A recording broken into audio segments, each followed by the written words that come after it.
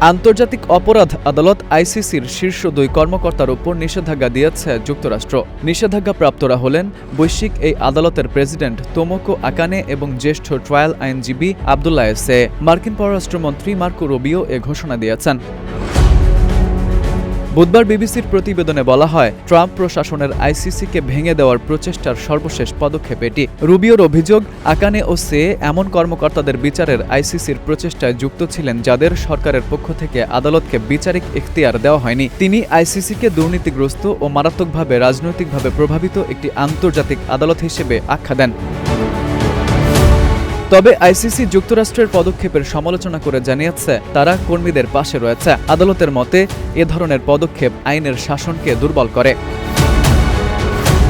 Trump প্রশাসন এর আগেও আইসিসির অন্তত 11 কর্মকর্তার বিরুদ্ধে নিষেধাজ্ঞা দিয়েছিল। এর মধ্যে 9 জন বিচারক এবং প্রধান কৌঁসুলিও ছিলেন। নিষেধাজ্ঞার আওতায় সম্পদ জব্দ, ভ্রমণ এবং মার্কিন কোম্পানিগুলোর কাছ থেকে সেবা পাওয়ার ওপর নিষেধাজ্ঞা রয়েছে।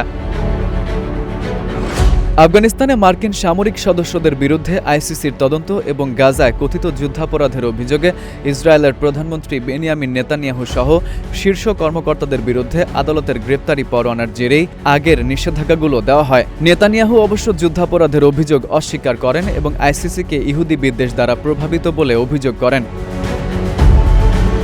আইসিসির সঙ্গে ট্রাম্পের বিরোধ অবশ্য নতুন নয়। প্রথম মেয়াদেও তিনি আদালতটিকে যুক্তরাষ্ট্রের জন্য হুমকি হিসেবে উল্লেখ করেছিলেন।